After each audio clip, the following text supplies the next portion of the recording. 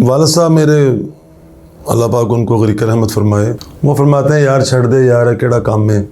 1990 को मैंने रेडियो पाकिस्तान रावलपिंडी से पहला कलाम शाह हुसैन सरकार का पढ़ा था और जनाब दाऊद अलैहिस्सलाम को अल्लाह पाक ने सुर का तोहफा दिया। अपनी दुकान ही डाली काम सीखने के बाद। सारे सारे गा रेगा रेगा मा गामा गामा पा मापा मापा धा पादा पादा नहीं धानी धानी सा।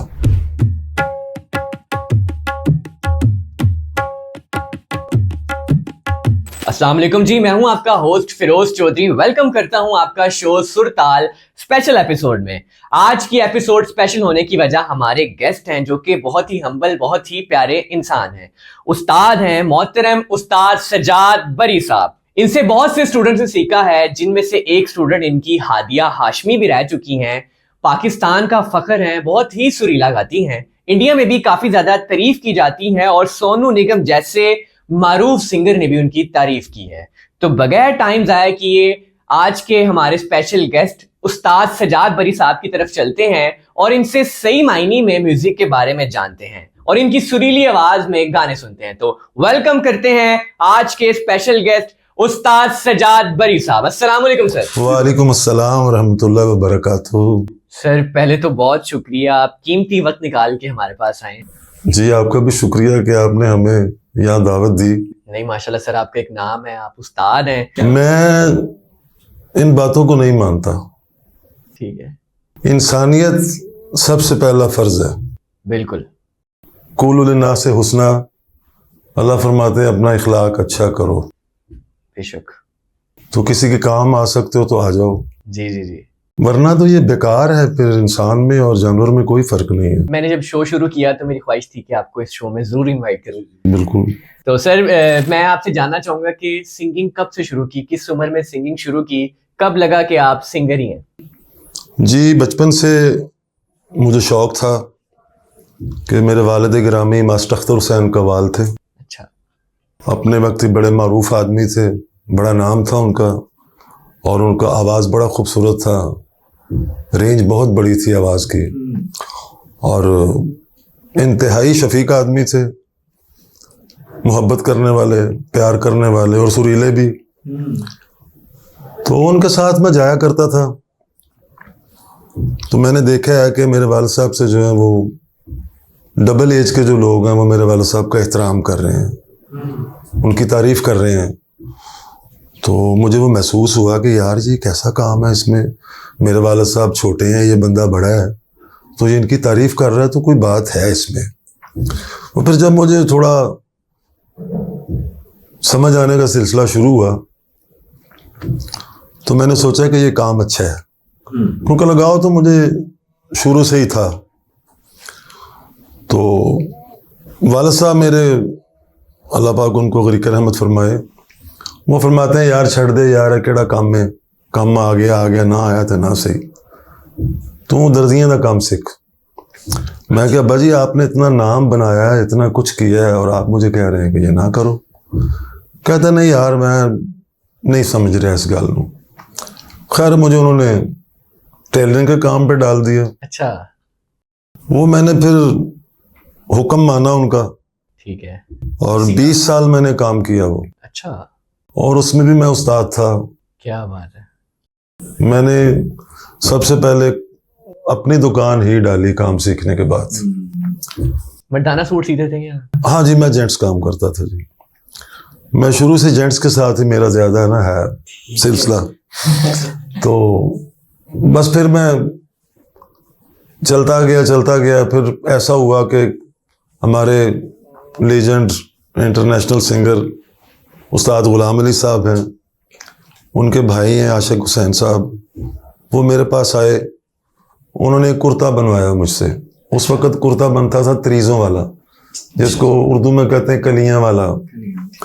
तो वो थोड़ा मुश्किल होता है, उसमें टाइम लगता है, मेहनत करना पड़ती है उसमें ना।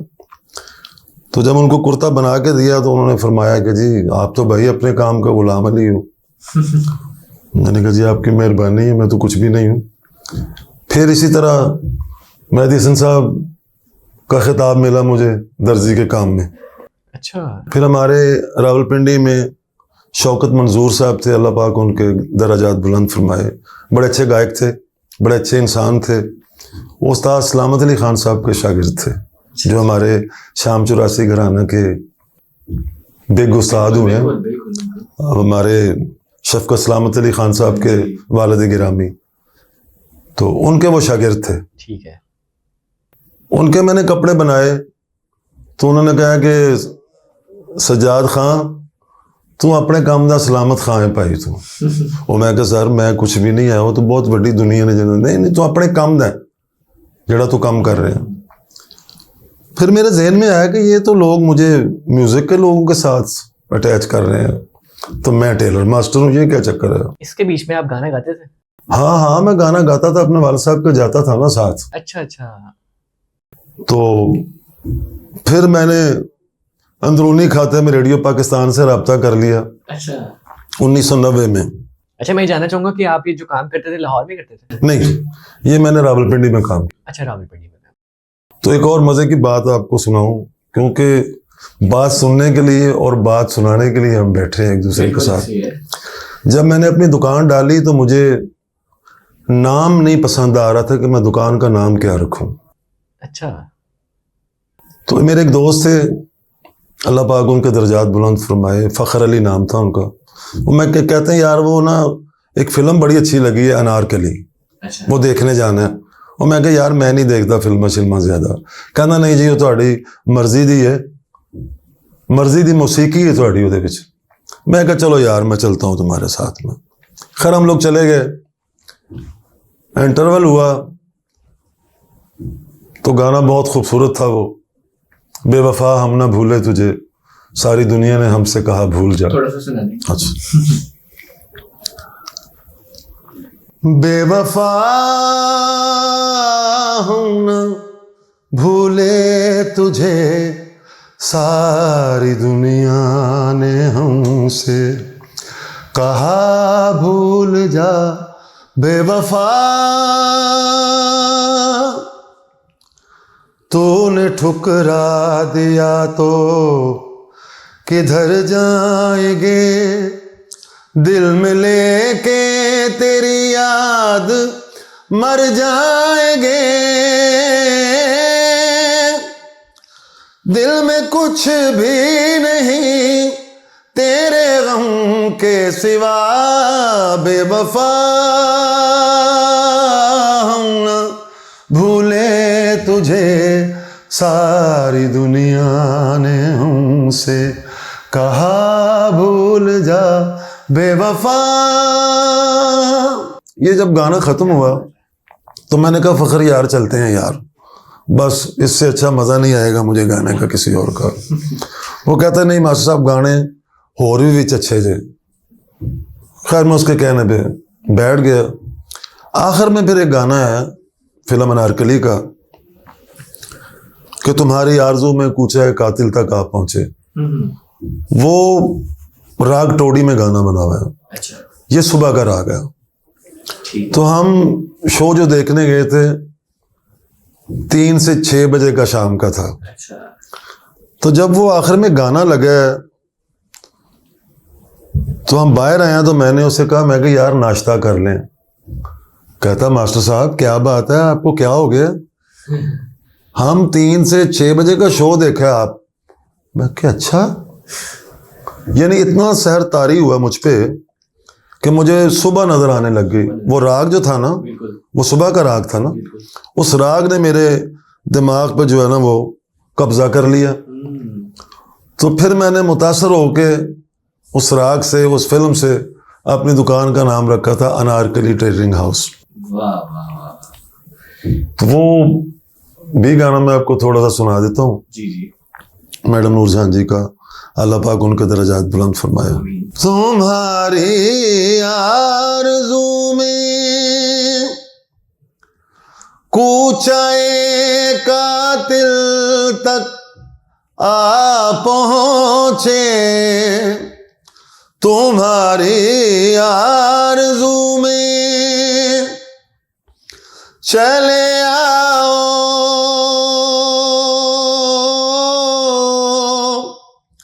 चले आओ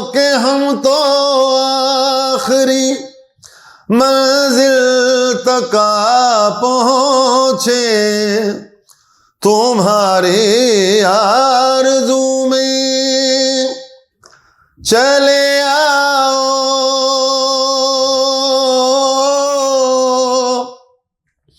चले आओ कहाँ हो तुम अब आ जाओ कहाँ हो तुम अब आ जाओ लबों पे जान है अपनी के जितने तीर थे गम के हमारे दिल तक आ पहुंचे तुम्हारी आरज़ू में चले आओ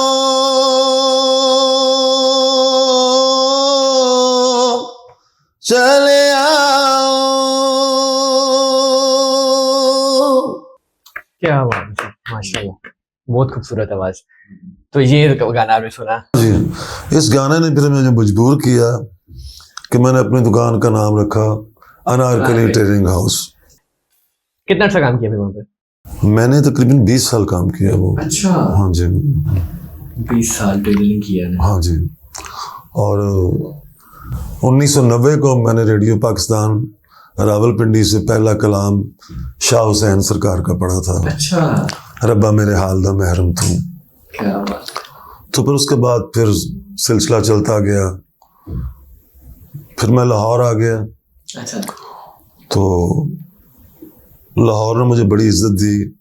मैं लाहौर का शुक्रिया अदा करता हूँ कि मुझे इन्होंने पसंद किया और अल्हम्दुलिल्लाह मैं हर जगह पे परफॉर्म कर चुका हूँ। माशाल्लाह। टीवी, रेडियो, आर्ट्स काउंसिल, जो भी म्यूज़िक के जहाँ भी कोई है सिलसिला, वो अल्हम्दुलिल्लाह मैंने किया और अल्लाह पाक ने मुझे इज्जत दी। मैंने मेहनत की, अल्लाह पाक ने मुझे इज्जत दी। सर माशाल्लाह आप उस्ताद हैं, आपके उस्ताद कौन है?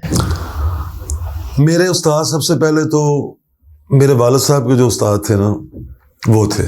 अच्छा, उन्होंने मुझे राग भैरों में सरगम सिखाई। ठीक है। ये सारे गामा पादा नीसा सा नी दा पा मा गा रे सा, एक राग उन्होंने मुझे बताया जो मेरे वालिद साहब के उस्ताद थे। फिरोज खान कवाल नाम था उनका। अच्छा। तो उसके बाद फिर शौक ठीक है, जोर पकड़ गया। फिर काफ़ी लोगों से मैंने सीखा। तो उसके बाद मुझे एक बुजुर्ग हस्ती मिले जिनका नाम था अहमद अली। वो नज़र तो नहीं आते थे, नज़र तो आते थे कोई आम बंदा है। अच्छा, लेकिन वो बहुत बड़े घराने के शागिर्द थे। हालवाड़ा तलवंडी घराने का नाम है, जैसे शाम 84 घराना है, पटियाला घराना है, और वो हालवाड़ा तलवंडी घराना था वो। ठीक है। तो उन्होंने मुझे बहुत कुछ सिखाया। ठीक है। एक गाना मुझे नहीं याद हो रहा था मैडम नूरजहां जी का, तो मैंने उनसे कहा कि उस्ताद जी मुझे ये गाना सिखा दें, बता दें। तो मुझे कहते हैं यार क्लासिकल दी गल कर यार, तू गाना की चीज़ है। मैं कहा जी ए गाना केड़ा गाना? मैं कहा जी क्यों भीगे तोरे नैन सजना रे। अच्छा, अब उसमें ना जो अंतरे में एक हिस्सा है, वो जब तक बंदा सीखेगा नहीं ना उसको नहीं आएगा वो। अच्छा, इतना मुश्किल है? इतना मुश्किल। उन्होंने मास्टर इनायत हुसैन साहब को ला जन्नत नसीब करे, उनकी कंपोजिशन है। अच्छा। तो मैं चलो थोड़ा सा आपको सुनाई देता हूँ। जरूर सुने। क्यों भीगे तोरे नैन सजना रे,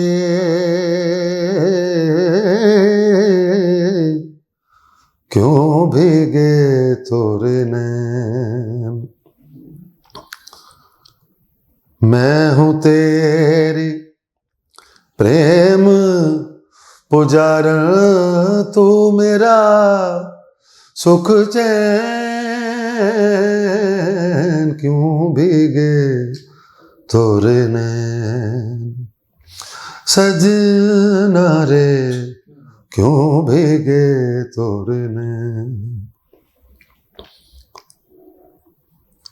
लाख हो गम का लाख हो गम का घोर अंधेरा, सजना रे सजना, हाँ सजना सजना रे। लाख हो गम का घोर अंधेरा, होगा एक दिन प्रेम सवेरा। तोड़ना अपने सुंदर सपने बदलेंगे, दिन रैन क्यों भीगे तोरे नैन, सजना रे क्यों भीगे तोरे नैन। क्या बात है, ये बहुत मुश्किल है गाना। हाँ जी, तो इसको सीखे बगैर नहीं गा सकते। सीखे बगैर नहीं आएगा ये। ठीक है, अगला सवाल मेरा क्योंकि मैंने अभी तक किसी से सुना भी नहीं ये गाना। अच्छा। किसी सिंगर ने नहीं गाया। अगला सवाल मेरा आपसे ये है कि कहा जाता है कि लता मंगेशकर और नूरजहान में इतना ही फर्क है जितना शेखुपुरा और लंदन में है। आप इस बात से एग्री करते हैं कि नहीं? असल में बात ये है कि सुर जो है वो अल्लाह पाक की देन है। ऐसे है। तो मसला ये है कि उस हस्ती को भी बुरा नहीं कहा जा सकता। मेरे मुंह से कोई लफ्ज निकल गए, मैं नहीं जानता, निकल गए हैं। लता मंगेशकर जैसी भी आर्टिस्ट दोबारा पैदा नहीं होगी, बिल्कुल। और मैडम नूरजहान जी भी दोबारा पैदा नहीं होंगी। क्यों? कि अल्लाह पाक ने दोनों को खूबसूरत आवाज से नवाजा था। ऐसे ही। तो ये सवाल आपने बड़ा अच्छा किया, मुझे फिर माजी याद आ गए। एक दौर कैसेट का था जब टेप रिकॉर्डर चलते थे। ठीक है। तो मैंने सोचा कि इनमें से कौन अच्छा गाता है, मैडम नूरजहान अच्छा गाती हैं या लता जी अच्छा गाती हैं। मैं परेशान था इस मसले में। अच्छा। तो मैंने एक साइड पे मैडम नूरजहान जी के जो खूबसूरत गीत थे वो रिकॉर्ड करवाए, दूसरी साइड पे लता मंगेशकर साहबा के मैंने गाने रिकॉर्ड करवाए। जब मैं लता को सुनता हूँ तो मैं कहता हूँ यार सुभान अल्लाह, ये दोबारा नहीं पैदा होगी खातून। जब मैंने मैडम नूरजहान जी को सुना तो मैंने कहा मैडम नूरजहान आप जैसा भी पैदा नहीं हो सकता। यानी मैं उनमें फैसला नहीं कर पाया। अल्लाह पाक ने दोनों को ही खूबसूरत कला से नवाजा था। बिल्कुल ऐसे। अच्छा सर, मैडम कैसे गाने होते हैं कि सुनने में ऐसा लगता है कि बड़ा इजी है, गाए जाएंगे, लेकिन जब गाने बैठते हैं तो बड़ा मुश्किल होता है गाना। असल में देखिए, कोई भी काम है ना वो देखने में आसान लगता है, जब उसको करना पड़ता है तो फिर उसको पता चलता है कि ये क्या है और किस तरह करना है। हम भी जो काम कर रहे हैं ये आम बंदा नहीं काम कर सकता, इतनी इजी बातें नहीं कर सकता, इजी सवाल नहीं कर सकता जब तक कि वो सीखा ना हो, उसने अपने काम में मेहनत ना की हो। तो ये सारे मेहनत के सिलसिले हैं। जब इंसान मेहनत करता है तो फिर उसको अल्लाह पाक नवाज देते हैं, फिर वो बुलंदियों पे चला जाता है बंदा। फिर वो सर मेरा सवाल है आपसे कि रियाज सारे गामा पाधा नीसा ही है या मुर्खियां लेना रियाज है? नहीं, असल में और भी है ना, काफी सारे हैं इसमें। ठीक है। बेसिक रियाज सारे गामा पाधा नीसा, वो तो एक राग है। अच्छा ठीक है। उस राग की वो प्रैक्टिस करानी है। ठीक है। तो फिर आप उस और रंगों में लेके जाना है।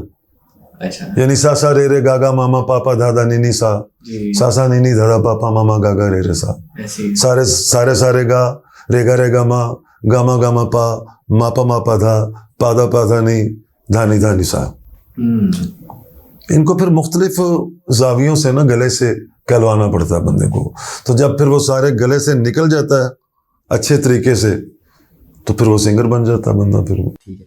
सर मैं अक्सर ये सवाल पूछता हूँ कि जैसे कि हमारे शो का नाम सुर ताल है, पहले भी गेस्ट हैं, उन्होंने अपने अंदाज में इसको बयान किया, आप सुर ताल को कैसे बयान करेंगे?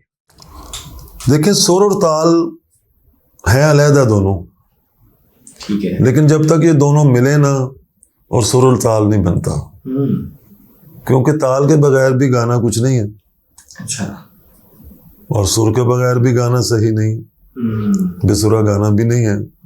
और ताल ना हो तो लुत्फ नहीं आएगा आपको गाने का, क्योंकि ताल के बगैर सिर्फ नात हो सकती है। हाँ जी। जिस चीज़ को मैं पसंद करता हूँ कि नात जो है वो बगैर म्यूजिक की होनी चाहिए, बिल्कुल शादी पड़ी जानी चाहिए। लेकिन ठीक है, चले, एक सिलसिला चल रहा है जिसमें कवाली भी शामिल है, उसमें भी रिदम तो है ना। बिल्कुल है। तो चले, डफ वाले भी कुछ कर रहे हैं, तो चल रहा है निज़ाम सारा। लेकिन जो खूबसूरती है ना नात की, वो बगैर इंस्ट्रूमेंट के। बिल्कुल ऐसे ही है। ठीक है सर, आजकल के जो सिंगर्स हैं, सोशल मीडिया आ गया है तो हर बंदा समझता है कि वो सिंगर है तो अपनी वीडियो अपलोड कर देता है। आप सिंगर सही मायने में किसको समझते हैं?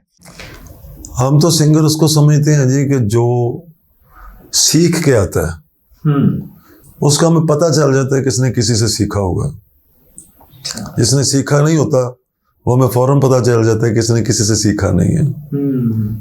तो बाकी अल्लाह की ज़ात है, जिसको इज्जत दे दे, मुकाम दे दे, वो उसका निज़ाम है। बहुत सारे लोग ऐसे हैं जिन्होंने इतनी मेहनत नहीं की, लेकिन उनका नाम है, और ये अल्लाह की हिकमत है ऐसे। तो बाकी जो मेहनत करके आता है ना, वो फिर देर पा रहता है वो। ऐसे आप उस्ताद हैं और स्टूडेंट्स को आप सिखाते हैं, पुराने स्टूडेंट्स में और अब के स्टूडेंट्स में क्या फ़र्क है? पुराने स्टूडेंट जो होते थे जी, मेहनत बहुत करते थे। आजकल के जो हमारे स्टूडेंट हैं वो शॉर्टकट के दौर चक्कर में हैं कि किसी तरीके से हम फौरन आगे आ जाएं। ऐसे। लेकिन ऐसा नहीं होता। ठीक है, कोशिश करनी चाहिए इंसान को। मैं ये नहीं कहता, मेरा जो स्टूडेंट अच्छा होता है मैं उसको रेडियो पे, टीवी पे उसके लिए बात कर देता हूँ जाके। तो फिर वो कहते हैं यार ये आपने बड़े अच्छे सिखाए हैं बच्चे, ये वो फलां फलां तारीफ करते हैं, फिर ये तो सारे ही बच्चे अच्छे हैं। मैंने कहा जी मैं भेजता ही उनको हूँ जो थोड़ा सा अच्छे हैं, क्योंकि आम बच्चों को भेज के मेरी तो फिर ख़त्म होगी ना उस्ताद जी।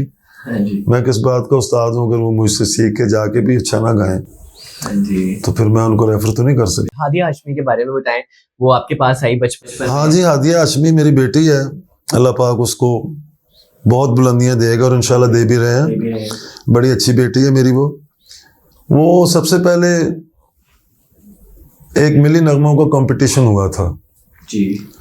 ये नजरिया पाकिस्तान का ऑफिस है पीसी के साथ। ठीक है। तो उसमें वो बेटी आई तो उन्होंने मिली नगमा एक गाया, ए वतन के सजीले जवानों मेरे नगमे तुम्हारे लिए हैं। तो उन्होंने एक शेर ऐसा कहा कि मैं थोड़ा सा इमोशनल हो गया मैं। अच्छा। अल्लाह पाक की देन है ना, कोई ये नहीं कोई बच्चा है या बड़ा है, जिसका भी सुर अच्छा होगा वो आप पे असर कर देगा वो। तो मैंने, जो मेरे साथ दो साथी और बैठे थे, मैंने कहा यार इस बच्ची को जो ना पहला फर्स्ट प्राइज देना है इसको। अच्छा। बाकी सेकंड फर्स्ट में जो सेकंड थर्ड में जो मर्जी करते रहना, लेकिन इस बच्ची को फर्स्ट जो देना है आपने। तो बस वो हमने उसे पहला दिया। उसके बाद फिर थोड़ा सा टाइम मिला तो मैंने कहा बेटा कुछ चीज़ सुनाओ। फिर उन्होंने कोई गाना सुनाया, बड़ा अच्छा सुनाया। फिर हमने नज़र पेश की उसे। अच्छा। और फिर जो और लोग थे उन्होंने भी नज़र पेश की, सबने। तो उसके बाद फिर हादिया जो है वो माशाल्लाह आहिस्ता आहिस्ता आहिस्ता आहिस्ता बुलंदियों पर जाना शुरू हो गई। बिल्कुल। तो मैंने देखा उसमें एक टैलेंट था कि वो डर खौफ नहीं था उसमें गाने के मामले। सर जी ये सुनाऊं आपको मैं, सर जी मैं आपको ये सुनाऊं, सर जी ये सुनाऊं। मैं कहती सुनाओ बेटा। और उन्होंने वैसे ही सुनाया जैसे सुनाना चाहिए था। क्या? तो मैं तो कहता हूँ कोई आर्टिस्ट जो होता है ना बाय बर्थ होता है जी, उसको पॉलिश किया जाता है, लेकिन होता हुआ बाय बर्थ है वो। अच्छा सर, मेरा यहीं पे एक सवाल है कि जिसको गाने का शौक है वो जरूरी है कि वो सिंगर बन सकता है, या ये अल्लाह की देन है कि कोई कोई बन सकता है? देखिए कोशिश तो करनी चाहिए ना, कोशिश करने से कोई नुकसान नहीं है, क्योंकि उसमें आपको कुछ मिल रहा है। बिल्कुल।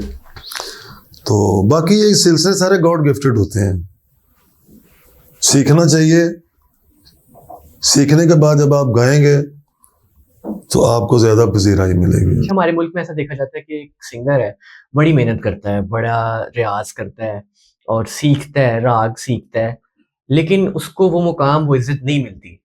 एकदम चाहत फतेह अली खान आता है और ना सुर का पता है, ना ताल का पता है, ना लय का पता है, बस वो गाता है और एक मशहूर हो जाता है। मैं बात कर ही देता हूँ। जी कर रहे हैं।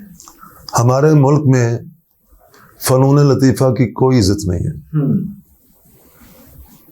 हालांकि हम जो लोग हैं, मैं नहीं, मेरे जो पीछे सीनियर हैं, उन्होंने पाकिस्तान का नाम रोशन किया। बेलौस वजीर सफ़ीर हैं वो, उधर से पैसे ला के पाकिस्तान में लाए, पाकिस्तान का नाम रोशन किया। लेकिन समझ नहीं आती कि जो हमारे जो बाला अफीसरान हैं वो इस बात को क्यों नहीं तस्लीम करते ऐसे कि ऐसे लोगों को अब्लाइज करना चाहिए, उनको प्रमोट करना चाहिए और उनके साथ तावन करना चाहिए, क्योंकि फनकार रोज रोज नहीं पैदा होता। ऐसे देखें, एक डॉक्टर है, वो डिग्री हासिल करेंगे तो वो डॉक्टर बन जाएंगे। प्रोफेसर हैं, वो भी पढ़ेंगे, डिग्री हासिल करेंगे, उनको मिल जाएगी। पायलट हैं, वो भी मेहनत करेंगे तो मिल जाएगी। आर्टिस्ट जो है ये गॉड गिफ्टेड होता है, ये सीखने पढ़ने से नहीं होता। अल्लाह पाक उसको बना के भेजता है। जैसे कि मेरे मेहदी हसन साहब थे, उस्ताद नुसरत फतेह अली खान साहब थे, गुलाम अली खान साहब हैं हमारे जो लीजेंड उस्ताद हैं इस वक्त, परवेज़ मेहदी साहब थे, मैडम नूरजहान जी, फरीदा खानम साहबा, महनाज, नैयरा नूर, फिर हुमैरा चन्ना, और एक हमारी बड़ी अच्छी खूबसूरत सिंगरा थी, वो जल्दी चली गई, गुलबहार बानो। तो और सारे बहुत सारे लोग हैं, लिस्ट है लंबी। तो जिनमें हमारी हुमैरा अरशद भी हैं, वो भी बहुत अच्छा काम कर रही हैं इस वक्त, नाम है उनका। तो ये जिन्होंने सीखा है ना, ये लोगों का नाम रहता है। वही लोग कामयाब रहते हैं जिन्होंने सीखा है। जिन्होंने सीखा नहीं वो फिर थोड़ी देर के लिए होते हैं। चाहत फतेह अली खान तो अपनी गाने रिलीज कर रहे हैं। देखें जी, चाहत फतेह अली खान सिंगर तो नहीं ना, वो तो एक कॉमेडियन है, वो सिंगर नहीं है, वो कॉमेडियन है। ठीक है, वो हमारी ये भी बड़ी बात है कि हमारी अवाम इन चीज़ों को पसंद कर रही है, अच्छे लोगों को पसंद नहीं कर रही। तो जो मजाक कर रहे हैं गाने के साथ भी और हर बात पे कर रहे हैं, एक चाहत साहब की बात नहीं कर रहा मैं, बहुत सारे लोग हैं जिन्होंने मजाक बनाया हुआ है और उनको लोग ज्यादा खुश होकर देख रहे हैं। ये अब आवाम की मर्जी की बात। ठीक है जी सर, मैं कुछ सिंगर्स के नाम लूंगा जी, दो आपको ऑप्शन दूंगा, आपने एक चूज करनी है जी। सलामत अली खान साहब या बड़े गुलाम? देखें जी, बड़े गुलाम अली खान साहब जो थे वो तो बड़े उस्ताद थे ना। ठीक है। उस्ताद सलामत अली खान अपने दौर के गुलाम अली हैं। ठीक है। वो अपने दौर के थे, ये अपने दौर के हैं। देखिए, मैं चूज वाला सिलसिला इसमें हो नहीं सकता। अच्छा। वो बड़े हैं, बिल्कुल, ये उनके बाद हैं। ठीक है। वो उनको मानते हैं तो मैं कैसे कह दूं कि जी मैं उनको मानता हूँ या उनको मानता हूँ। ये दोनों बड़े उस्ताद हुए हैं, ठीक है, बिग उस्ताद हुए। और दूसरा उस्ताद फतेह अली खान, अमानत अली खान, हाँ जी, वो भी बहुत बड़े उस्ताद हुए हैं माशाल्लाह। बिल्कुल। तो ये निज़ाम है, ये अल्लाह पाक ने इनको बना के भेजा है इस काम के लिए सिर्फ। ठीक है। तो हमारे सुनने में बात आई है, मैं बात कर दूंगा कि बड़े गुलाम अली खान साहब को लाहौर से इंडिया जाना पड़ा। अच्छा। तो मैं बात कोड नहीं करना चाहता कि उनकी एक किस्म की बेहुरमती की गई। तो उन्होंने कहा मैंने यहाँ रहना ही नहीं। तो इंडिया ने उनका फिर मुजस्मा बनाया वहाँ पे। जो फन को समझने वाले लोग हैं, जानने वाले लोग हैं, उन्हीं को पता है फन क्या चीज़ है। हमारे जो माशाल्लाह हैं, जीते रहें, खुश रहें, आबाद रहें सारे। अल्लाह करे इनको भी सुर की समझ आ जाए, क्योंकि सुर कोई आम चीज़ नहीं है। इसको आपने गलत करार दे दिया। ये अल्लाह पाक का तोहफा है जैसे कि हर नबी को अल्लाह पाक ने एक तोहफा दिया, और जनाब दाऊद अलैहिस्सलाम को अल्लाह पाक ने सुर का तोहफा दिया। जब वो अल्लाह की हम्द सना करते थे सुर में, तो परिंदे खड़े हो जाया करते थे। जब वो फारिग होते तो तब परिंदे अपनी अपनी परवाज़ पे जाते। तो ये तो अल्लाह का तोहफा है। और हमारे आका अलैहिस्सलाम जनाब मोहम्मद मुस्तफ़ा ताजदार अंबिया सल्लल्लाहु अलैहि वसल्लम सरकार को अल्लाह पाक ने हर चीज़ से नवाजा था। बाकी नबियों को एक एक तोहफा दिया, और हमारे आका को वमा अरसलना का इल्ला रहमतुल आलमीन का खिताब दिया। ठीक है, अगला राहत फ़तेह अली खान या शफकत अमानत अली? देखें जी, राहत फ़तेह अली खान साहब कव्वाल हैं, और शफकत अमानत अली खान साहब गायक हैं। ठीक है। इनमें भी फ़र्क है। वो गीत गाते हैं, वो क्लासिकल गाते हैं। ठीक है, उन्होंने एक दो ठुमरियाँ गाई, लेकिन बेसिकल वो क्लासिकल गाते हैं। मोरा सही सुना मोरा सैया मोसे बोले ना, मोरा सैया मोसे बोले ना, मैं लाख जतन कर हार गए, मैं लाख जतन कर हार गए, मोरा सैया मुझसे बोले ना, मोरा सैया मुझसे बोले ना। क्या बात है, क्या बात है। तो इन दोनों में से चूज आपने किनको किया? देखिए जी, शफकत सलामत अली खान सीनियर हैं, वो भाई राहत अली भी उनको मानेंगे, क्योंकि भाई राहत अली खान साहब का मेरा राब्ता 1991-92 का है। अच्छा। तो मेरी बात को वो तस्लीम करेंगे जो मैं कह रहा हूँ। ठीक है जी। शबनम मजीद या सायरा नसीम? देखिए, अपनी अपनी जगह पे ना आवाज़ें हैं, अल्लाह की देन है। हर जैसे बंदे की शक्ल अलग है, इसी तरह गले का सुर भी अलग है, कॉर्ड भी अलग है गले के। दोनों अच्छे हैं अपनी जगह पे, लेकिन शबनम मजीद ने ज़्यादा मेहनत की है, और उन्होंने भी मेहनत बहुत की है। ठीक है। तो दोनों ही अच्छी आवाज़ें हैं। बिल्कुल। देखो, मुआवजा जो करना है ना, वो फिर मैं जब जज होऊंगा ना किसी वक्त, फिर मैं जिस मर्जी को नंबर दे दूंगा, क्योंकि हमारे मुल्क का नाम है, मेहनत की है उन लोगों ने। बिल्कुल। तो एक मंजिल पे आए हैं वो। जी वली साहब, मुझे ये बताएं कि फरीदा खानम या तसव्वुर खानम? आप सवाल बड़े पेचीदा कर रहे हैं, मुश्किल सवाल कर रहे हैं आप, लेकिन मैंने जवाब उनका बड़ा आसान देना है आप। आपने किसी के खिलाफ बात नहीं करनी। नहीं, खिलाफ क्यों करूंगा, क्योंकि वो दोनों अच्छी हैं। ठीक है। फरीदा खानम सीनियर हैं, बिल्कुल। तसव्वुर खानम साहबा जो हैं वो जूनियर हैं। तो वो भी उनको मानेंगी, फरीदा को। फरीदा उनके साथ प्यार करेंगी, क्योंकि सुरीली है ना। जो सुर वाले लोग हैं प्यार करते हैं आपस में, वो प्यार करते हैं। फिर तो फरीदा खानम जी की एक गजल है, आज जाने की जिद ना करो, मुझे बड़ी पसंद है वो, तो मैं चाहूंगा कि आपसे सुनूं। आज जाने की जिद ना करो, यूं ही पहलू में बैठे रहो, यूं ही पहलू में बैठे रहो, आज जाने की जिद ना करो, हाय मर जाएंगे हम तो लुट जाएंगे, ऐसी बातें किया ना करो, आज जाने की जिद ना करो।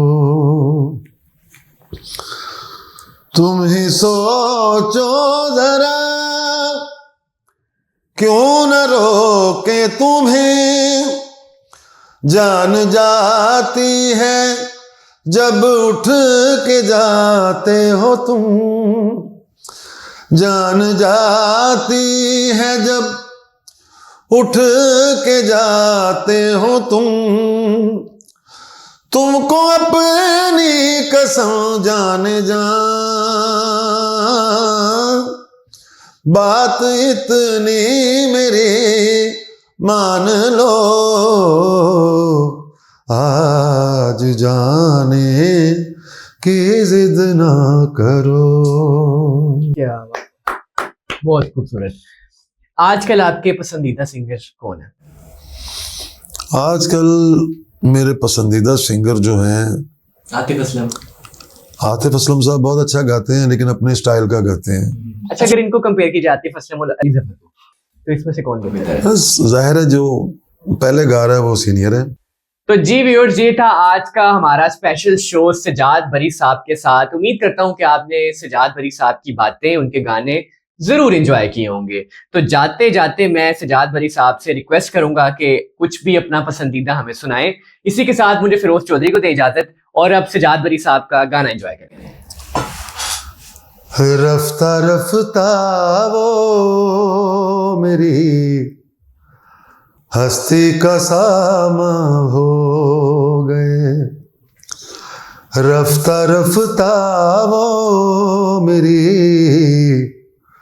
हस्ती का सामा हो गए। पहले जा फिर जाने जा, फिर जाने जाना हो गए, रफ्ता रफ्ता वो मेरी हस्ती का सामा हो गए। माशाल्लाह, बहुत खूबसूरत बरी साहब। Again sir, thank you very much. बहुत शुक्रिया, आपका भी शुक्रिया।